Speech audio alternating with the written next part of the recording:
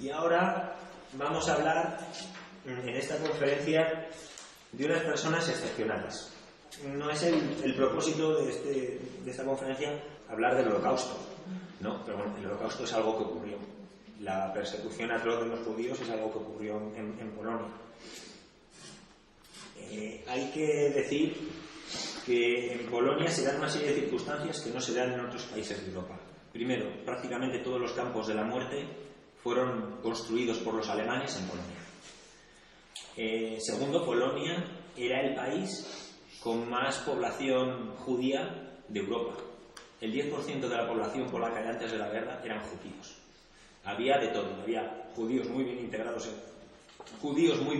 en la sociedad, había una minoría de judíos había judíos que de hecho se habían hecho católicos, o sea, ya eran judíos. Cuando llegaron los nazis volvieron a ser judíos porque les miraron las listas, dijeron, ¿no? Tu abuelo era judío, pues ven para acá.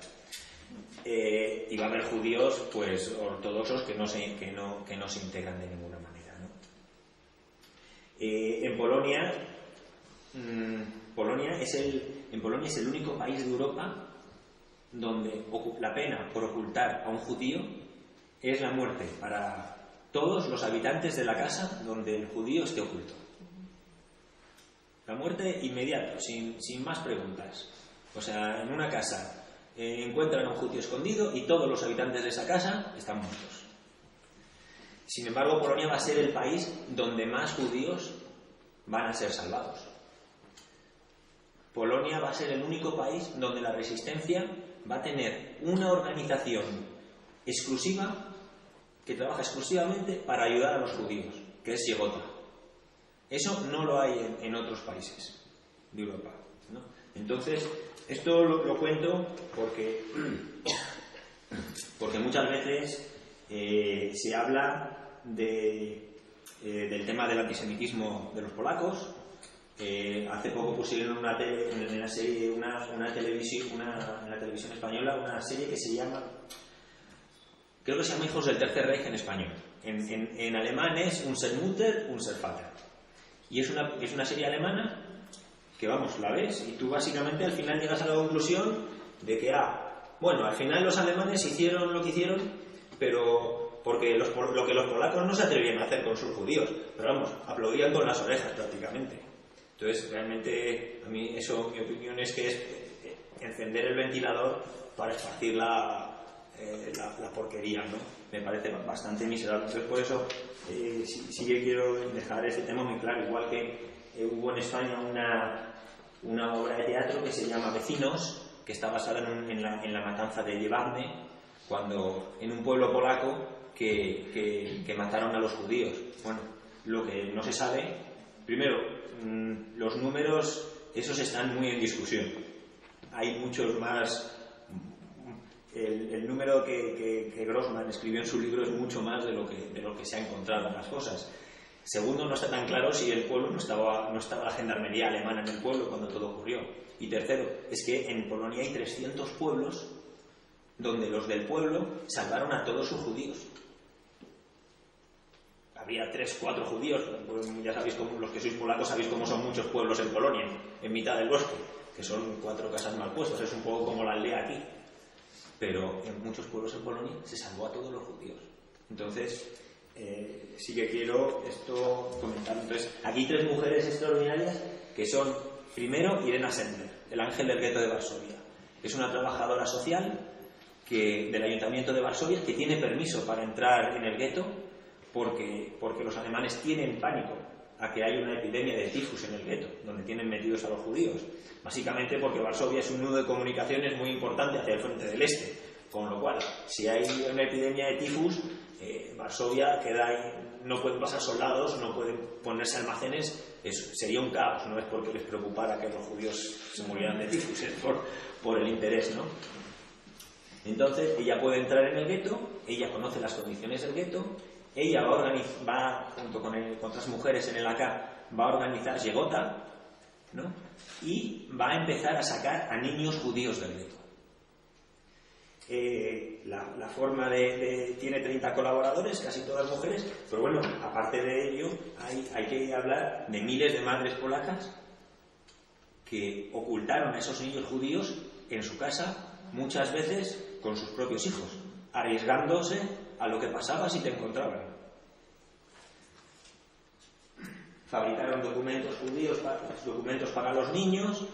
Ella como los padres judíos, tenían mucho miedo de no volver a encontrar a los niños después de la guerra, con lo cual ella llevaba un registro. Los alemanes la capturaron, la Gestapo la llevaron a Pavia, la estuvieron torturando. Ella no dio el registro, y el registro lo conservó hasta el final de la guerra. Sin embargo, valió muy poco, porque los padres habían muerto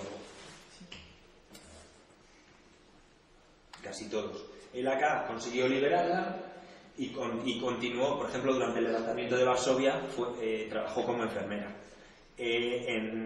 Murió en 2009, y un año antes, bueno, el gobierno, hay que decir, el gobierno comunista, como ella había sido miembro de la AK, no dio ninguna publicidad a sus acciones. Es decir, de Irena Sendler solo se sabe a raíz de que en 1999 un grupo de estudiantes americanos en una escuela de secundaria investigan sobre ella, hacen una obra de teatro, la obra de teatro se hace muy popular, y entonces esta historia sale a la luz, ¿no?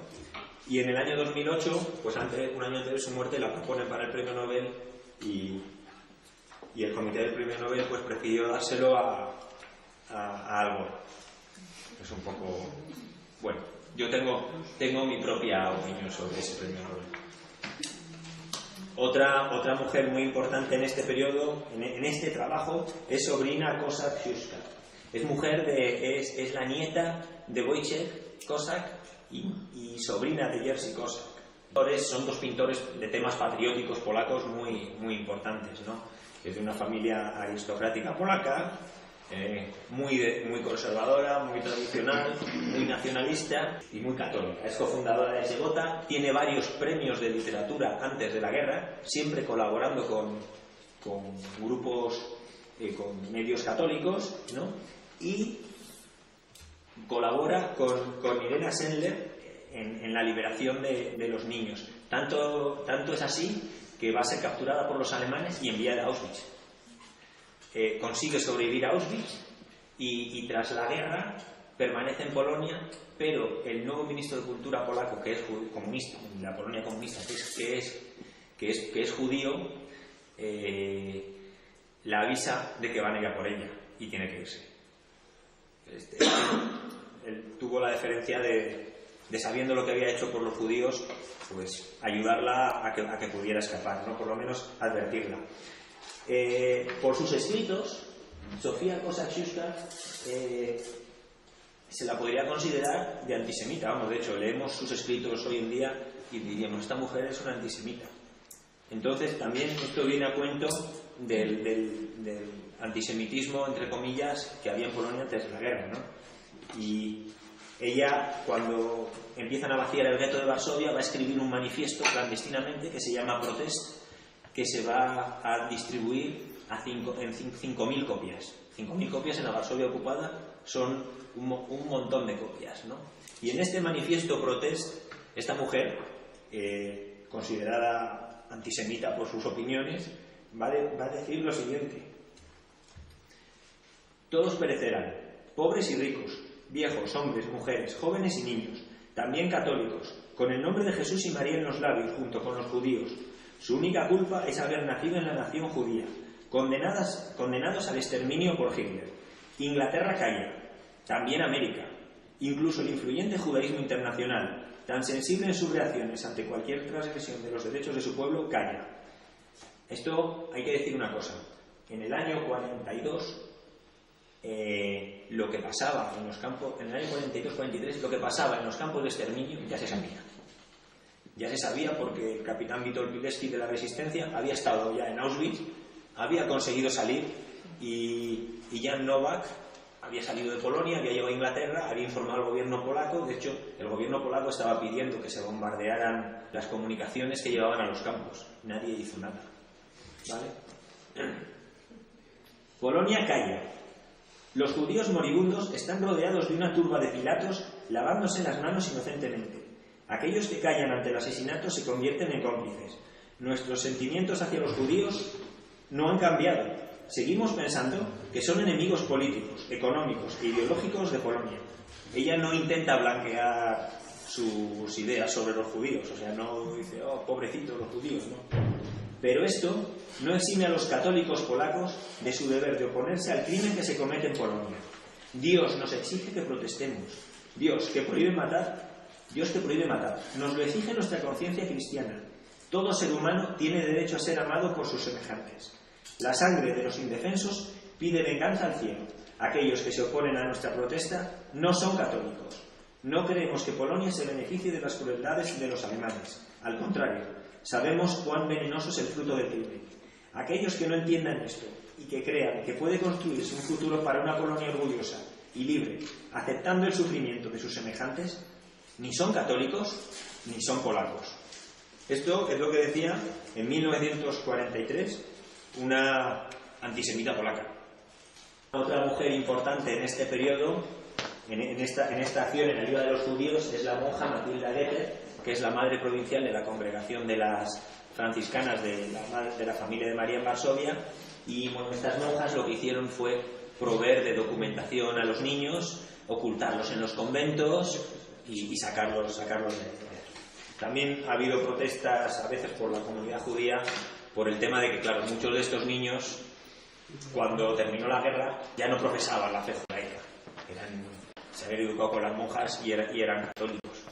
Pero claro, también la justificación es fácil, es que si los niños no tenían ninguna formación católica, para los alemanes identificarlos era: a ver, niño, santíguate.